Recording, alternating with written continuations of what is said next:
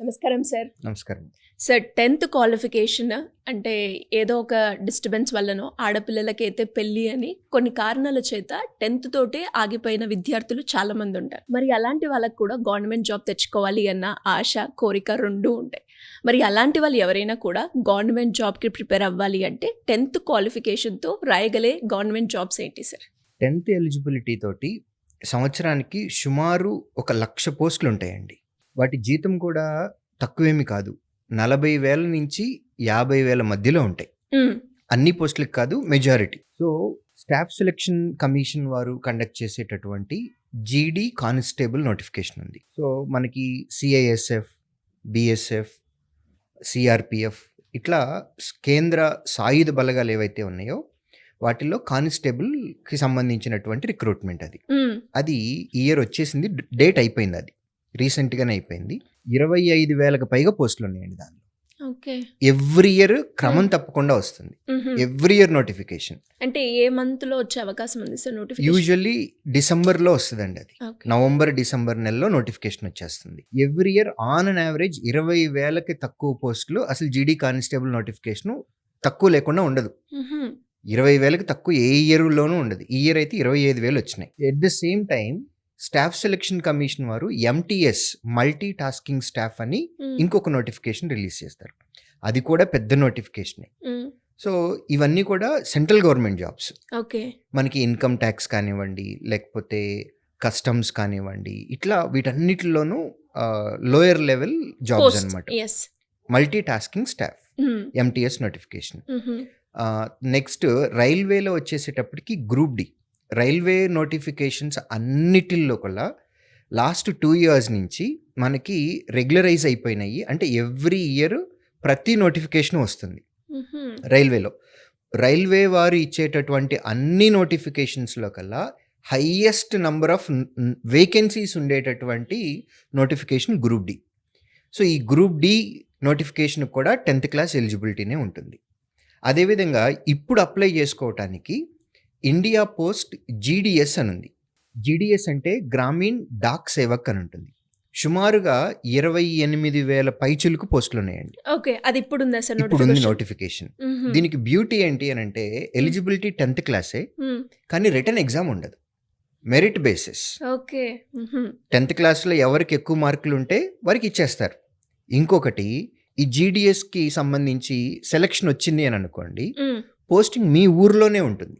ఓహో బా, what a facility. మీ ఊరిలోనే ఉంటుంది. మీ జిల్లా కూడా కాదు, మీ మండలం కాదు, మీ ఊరిలో మీరు ఉద్యోగం చేసుకోవచ్చు. ఎప్పుడు వస్తాయి సార్? అంటే నోటిఫికేషన్ ఉంది అన్నారు. నోటిఫికేషన్ ఇప్పుడు ఆల్రెడీ వచ్చేసిందండి. ఎప్పుడు ఉంటుంది? ఎలా అప్లై చేసుకోవాలి? ఏ విధంగా ఉంటుంది?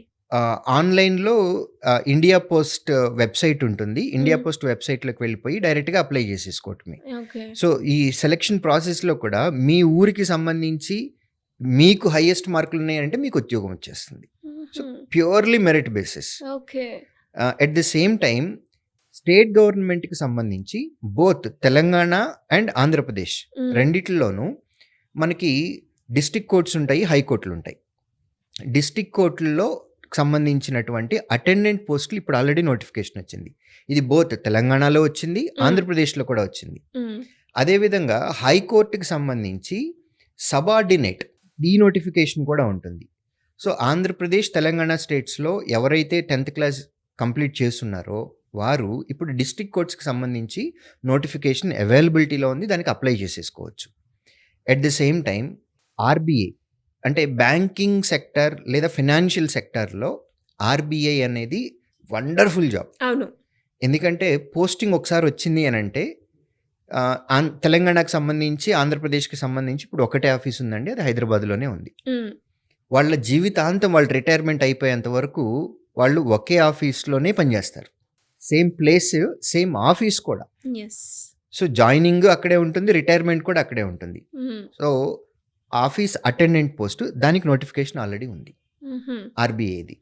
దానిలో అడ్వాంటేజెస్ కూడా చాలా బ్యూటిఫుల్ అడ్వాంటేజెస్ ఉంటాయి. ఫెసిలిటీస్ బ్రహ్మాండంగా ఉంటాయి.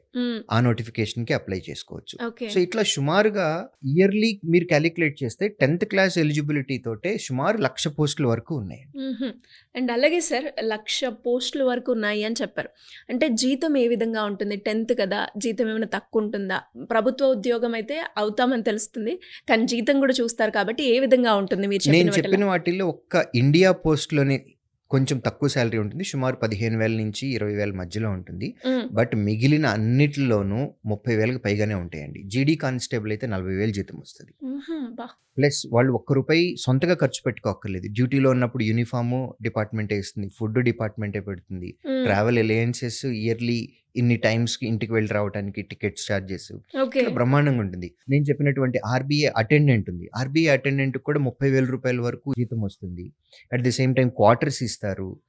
ఇంకా బ్యూటిఫుల్ థింగ్ ఏంటి అనంటే టైమింగ్స్ ఆర్ స్ట్రిక్ట్‌లీ 10-5. హుహు. హ్మ్.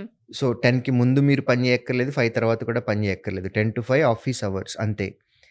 At the same time weekly 5 డేసే వర్క్ ఉంటుంది. Every Saturday, Sunday is a holiday. Okay. హుహు. సో, బ్రహ్మాండమైనటువంటి ఫెసిలిటీస్ ఉంటాయి ఆర్‌బీఐ అటెండెంట్‌కి. సో, ఆ నోటిఫికేషన్ కూడా ఉంది. 10th క్లాస్ ఎలిజిబిలిటీ కాబట్టి జీతాలు తక్కువ అట్లాంటియి ఏమీ లేవండి. హ్మ్. యావరేజ్‌గా మీరు మాట్లాడుకుంటే 30,000కి పైగానే పోస్టులు ఎంట్రీ లెవెల్ నేను చెప్తున్నది. హ్మ్. అంటే ప్రమోషన్స్ మళ్ళీ అందులో డెఫినిట్‌గా ఎగ్జామ్స్ ప్రమోషన్స్ రాస్తే ఉంటాయి. సాలరీ ప్రమోషన్స్ ఉంటాయి. పెరుగుడు. పెరుగుతూ ఉంటుంది. నేను చెప్పింది కేవలం ఎంట్రీ లెవెల్ మాత్రమే. మీరు ఏ సెంట్రల్ గవర్నమెంట్ అయినా లేదా స్టేట్ గవర్నమెంట్ అయినా మీ ఎక్స్‌పీరియన్స్ అనేది వర్క్ ఎక్స్‌పీరియన్స్ పెరుగుతూ ఉంటే మీ హ్మ్. సాలరీ కూడా పే రివిజన్ స్కేల్‌లో అదే విధంగా పెరుగుతుంది.